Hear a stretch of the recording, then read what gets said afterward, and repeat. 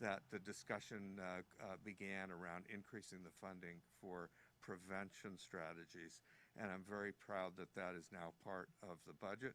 There's a lot more that we will need to do in the future, but we are really scaling up our efforts through this budget. I'm grateful for that. With that, I would like to turn the podium over to Governor Gavin Newsom. Governor, thank you for being here today. Thank you so much. Thank you. I appreciate Assemblymember taking the time to come up from Southern California to be here at the signing of this important bill. Today's signing represents about a $15 billion commitment to climate resiliency. It's an unprecedented investment by any state in U.S. history. $15 billion commitment to address the issue of climate resiliency.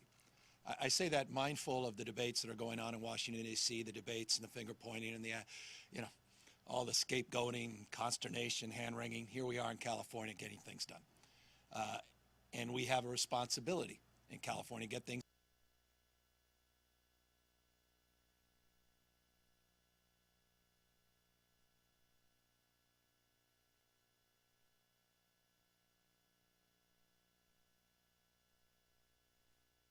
consider this fact. Just since 2020, 6 of the 7 largest wildfires have occurred in California history. Just this year, we have experienced another devastating wildfire season. 2.35 million acres have burned so far this year. And I say so far because I am mindful that we are entering into what has become increasingly the peak of the fire season, entering into the fire season. Consider what happened in Paradise in November a few years ago. These fire seasons that have been extended where there's arguably no season any longer, the Santa Ana winds that come up, the Southern California prospects of seeing increased fire activity. And here we are in what some have referred to as asbestos forests. See that on the coast primarily, particularly in the Santa Cruz Mountains. We saw that a year and a half or so ago, and some of those coastal redwoods that were burning up. And here we are with these sentinels to our history, not just human history.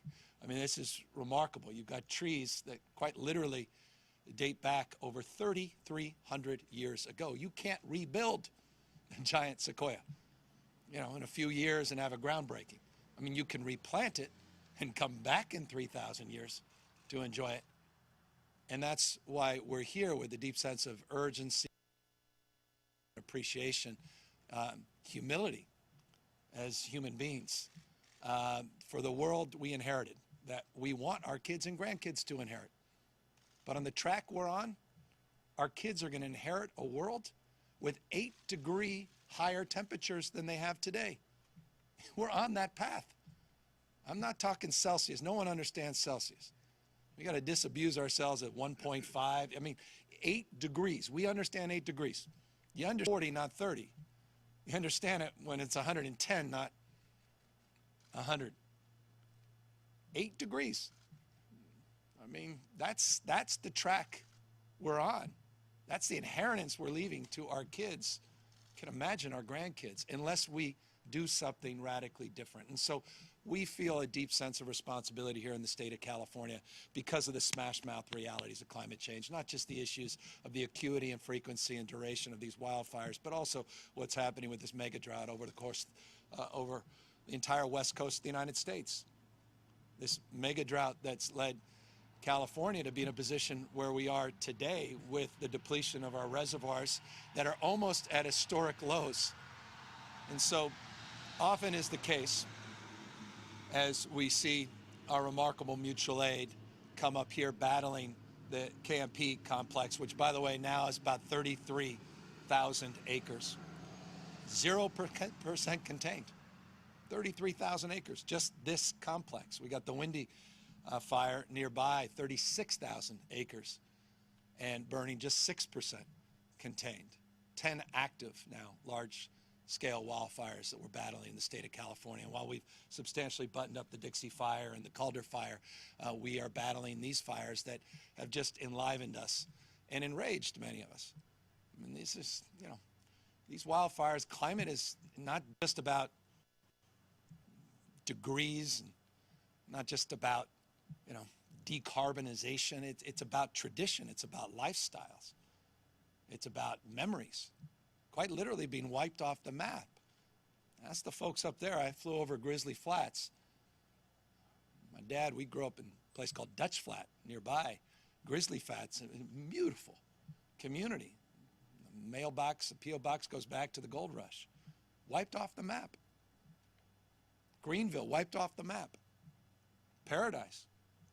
I mean, traditions, lifestyle, people, places, wiped off the map. That's what climate is about.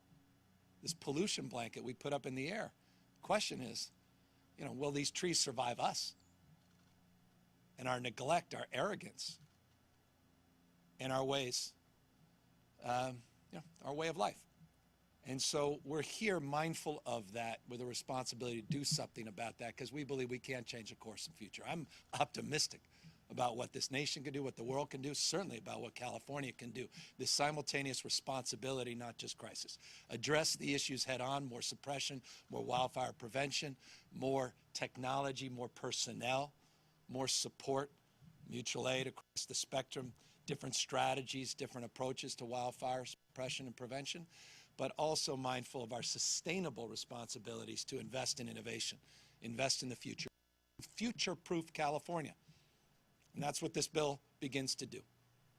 Not just to climate-proof, but to future-proof California, to make us more resilient, make us more capable of addressing these extremes, extreme heat, extreme drought, and to invest in the kind of resiliency that's necessary at this moment. As the Assembly member noted, of that $15 billion, there's some particular areas that need to be highlighted. That $3.9 billion for electric vehicles, I mean, it's just, the federal government's debating, I think, about double that for the country. Just the state of California is doing close to $4 billion for electric vehicle infrastructure. Why are we doing that? Because our number one export in California, electric vehicles. We have 34 manufacturing electric vehicle companies in California, 60 headquarter companies, 34 that are just doing manufacturing. It's the number one export in the state of California. We want to dominate that future. You want to be big, you got to be big in big things. Electric vehicles is not just the next big thing. We already have 45% of America's electric vehicles in the state, but it will be dominantly one of the principal drivers of economic growth and equity in the state of California as we detoxify our air, clean up our water at the same time. $3.9 billion in this package. We have $1.1 billion, as was noted. It hasn't gotten as much attention. I appreciate the Assembly member bringing it up, around sustainable agriculture. We are proud of our agricultural community, hunting and forestry community that's larger than the next 5 states combined. Talk about rural America. It's right here in California. I'm proud of that. And we have a responsibility to show the way, to lead the way. And $1.1 billion, healthy forests, regenerative agriculture, strategies and supports to help with the transition for so many of our small, medium, and large farmers in this state. Best practices across the spectrum, and unprecedented support for our agricultural community in this climate resilience package. $3.7 billion for climate resiliency to deal with heat domes and heat scapes in urban parts of this state, and the Assembly members' community in his own backyard to deal with the inequities. Again, we talk about growth and inclusion as an economic development strategy.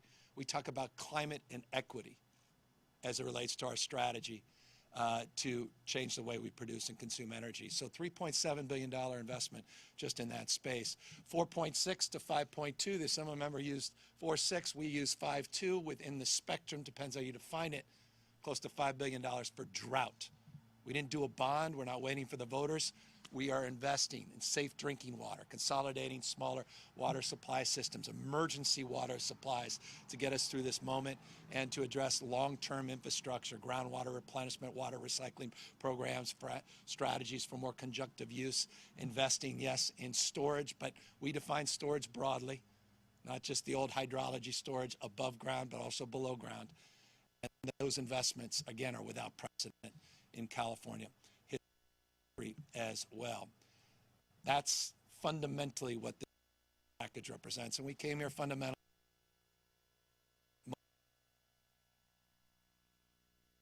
with 2 kids that are struggling with another crisis, and that's with COVID at the moment. I was telling them this morning where I was going, and I was reminding them that I came here with my dad. And I feel remiss, and they're just, the two of them are just 5 and 7, but I want them to be here, and I want them to be here with their kids, and I want their kids to be there. You know,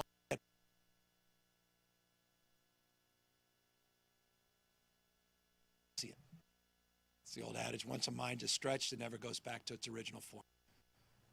These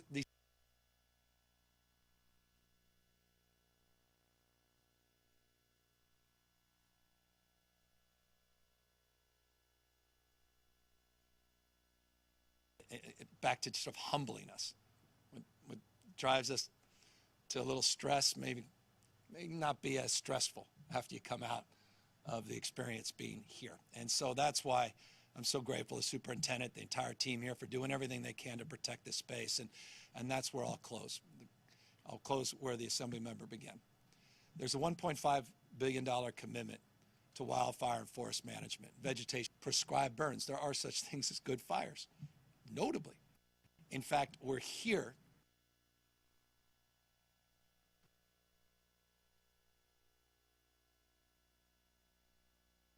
effort by the U.S. on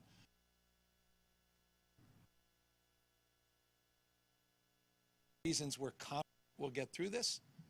It's not just because they're wrapping behind me, but because of the years and years, decades of hard work. Those folks out on the line doing the hard work to protect this forest, to manage, actively manage the forest. It's been a century plus where we haven't been actively managing our forest. And we are putting an unprecedented, again, forgive me, I know hyperbole, but it's true, unprecedented investment, as the assembly member said, in active forest management. And we have an unprecedented partner in President. We were there with them last week talking about our shared stewardship agreement to double the amount of forest that we actively manage in partnership with the federal government, reminding you that 57% of the forests are federal forests, just 3% are under the jurisdiction of the state, just 3. 57% the federal government. We need the federal government to do more. We have an MOU, which is nothing more than a fancy way of saying a contract, a commitment, and we're hoping to get the money. And so to Mitch McConnell, to all the folks in Washington, D.C., I hope you're paying attention. This is real. We need you to put down the swords, rhetorically and otherwise, get the damn job done. Support this state, our nation, your national forests. Support your kids and grandkids. Protect lifestyles and memories, places, communities.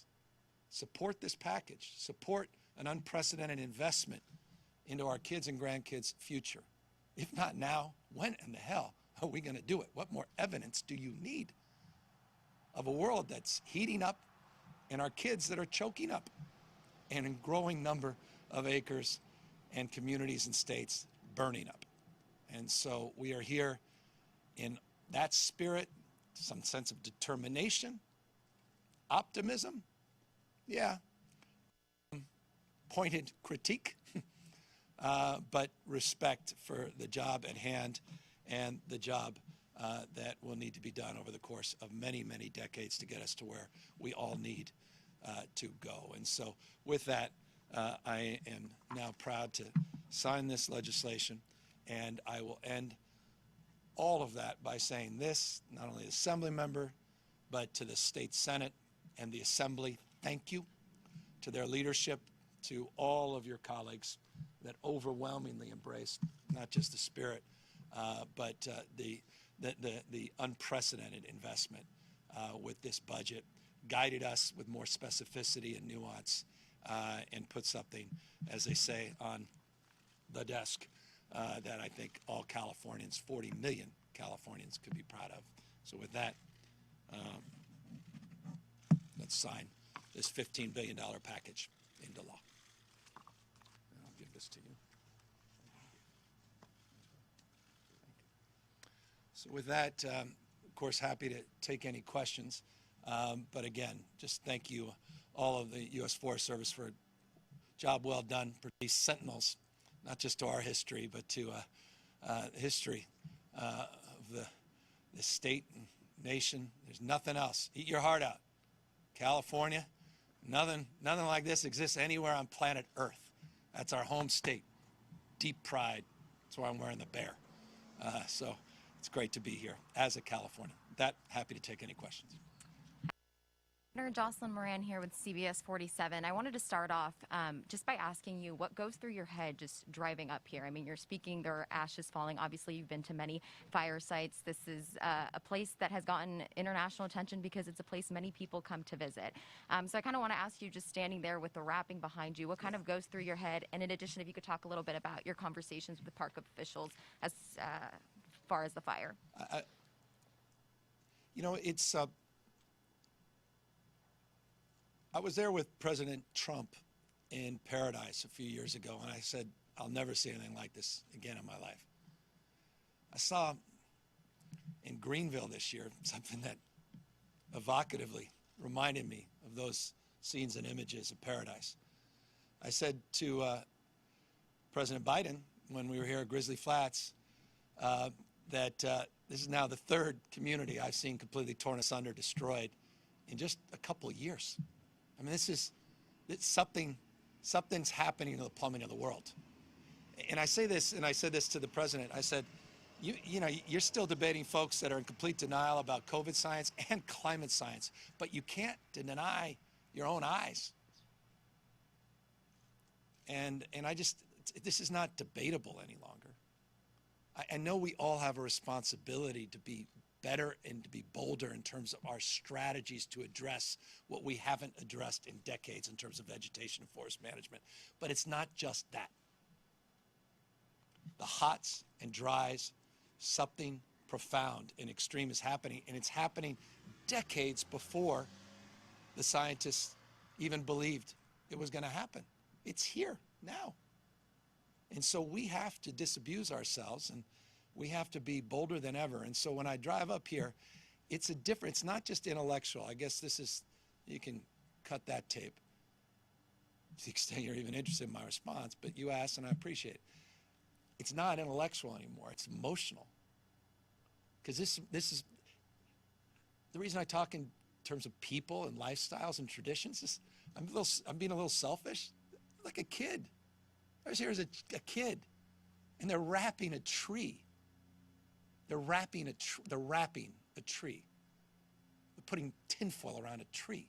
I mean, think about that.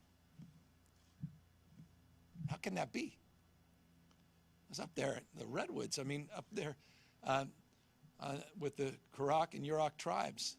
Went down on a canoe and put my hand in the water. It was like 80 degrees. And we're right there near Eureka. It was 90-degree weather. And I'm thinking, how are these redwood trees going to survive what we've done to them? And so it's a more emotional and intense thing. And so when I come up here, I feel that emotion, not just a deep responsibility as governor. Governor Newsom, Vanessa Vasconcelos with ABC 30. I wanted to discuss the significance. Why did you choose I'm this sorry, place? you were just saying, forgive me. I was going to try to avoid it. No, thanks.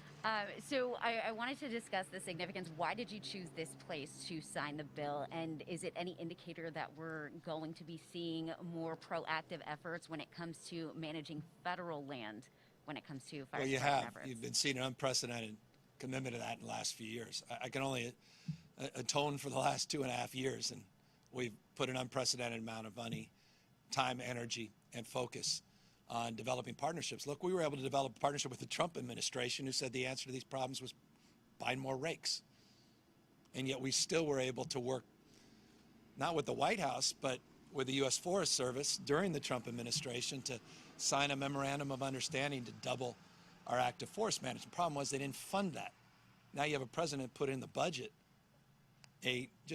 not a modest increase, an unprecedented investment to help us fund this. So yes, we're here with a plan, soon with more federal resources, but right now more state resources than ever to more aggressively, proactively manage our forests, to provide more personnel, more support, more technology, more pre-positioning, more access to the tools of technology, satellite technology, drone technology, LiDAR technology. All of that's in this budget.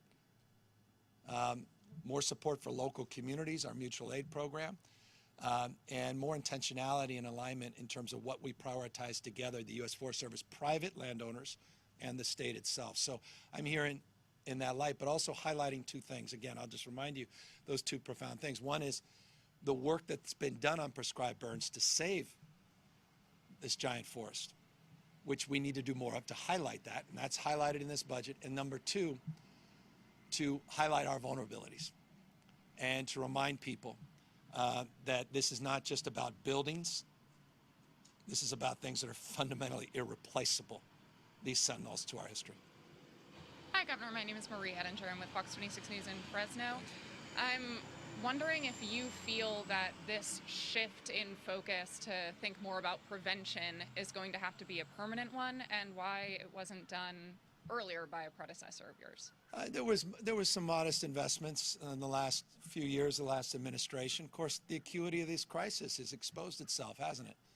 I'll repeat what I said. 6 out of the 7 largest wildfires in California history have occurred just since 2020. I mean, it's remarkable what's happened just the last few years.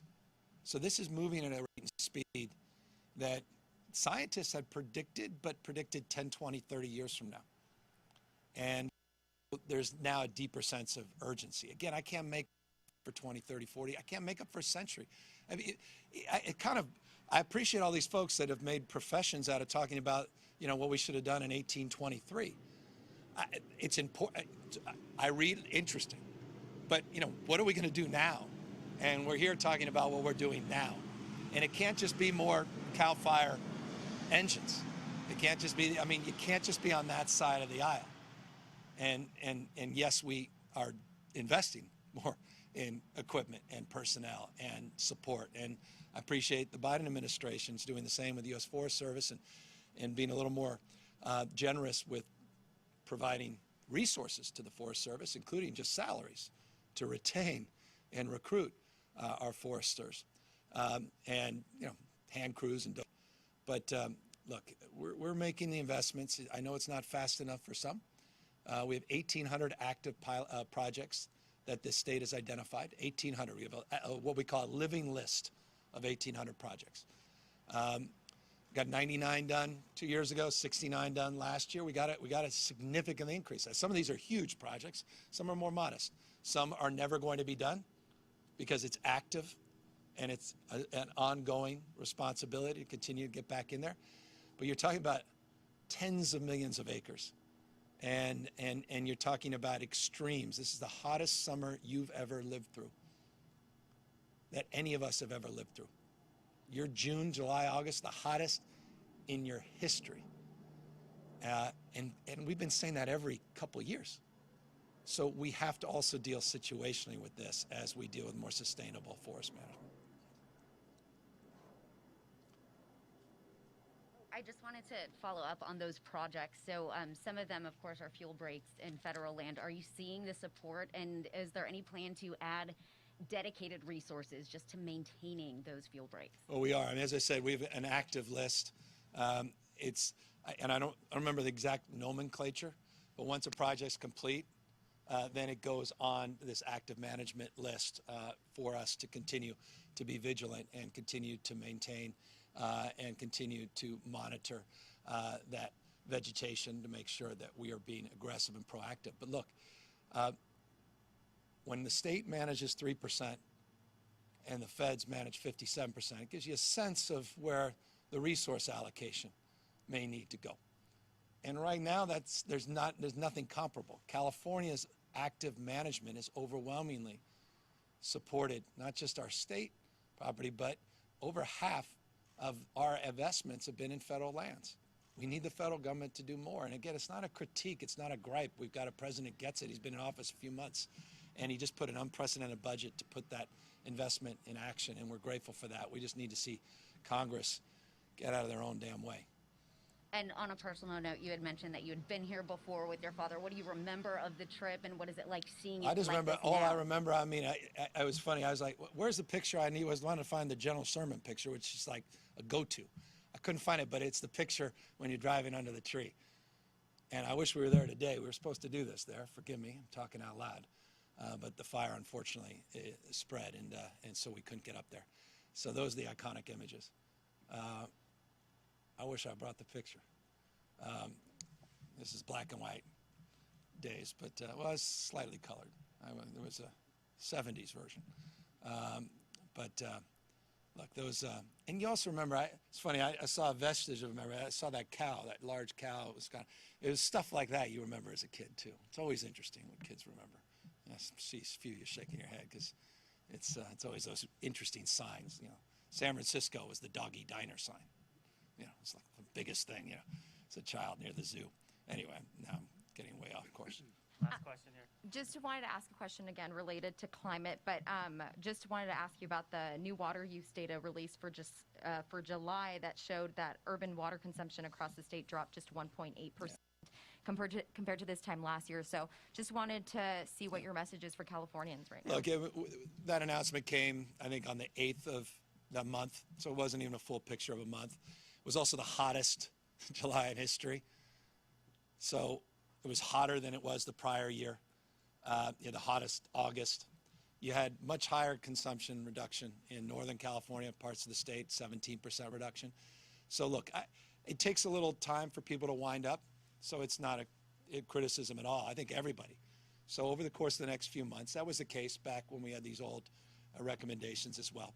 And we'll do more. You heard the Water Board yesterday, day before yesterday, lay out specific strategies to promote the Save Our Water campaign and to do more outreach, more technical assistance. And I'm hopeful that the message will seep in. The new water year is October 1st. And we previewed some of the things that are on the table in terms of actions that we'll need to take if we have another year like we've had this last year. And so I'm very mindful of the work ahead of us and the extreme challenge we will have if we don't have a wet year. But we just encourage people do their best despite these challenging times. And look, I'm not naive as well. A time when you're asking people to voluntarily do this, and you're asking them mask, and you're asking them to socially distance, and you're asking them to get vaccinated, and you're asking them to get, I mean, it's been hard. It's a lot. It's a lot to ask California. It really is. And so, we'll get there together. We've done it before. We met the 25% mandatory many years ago.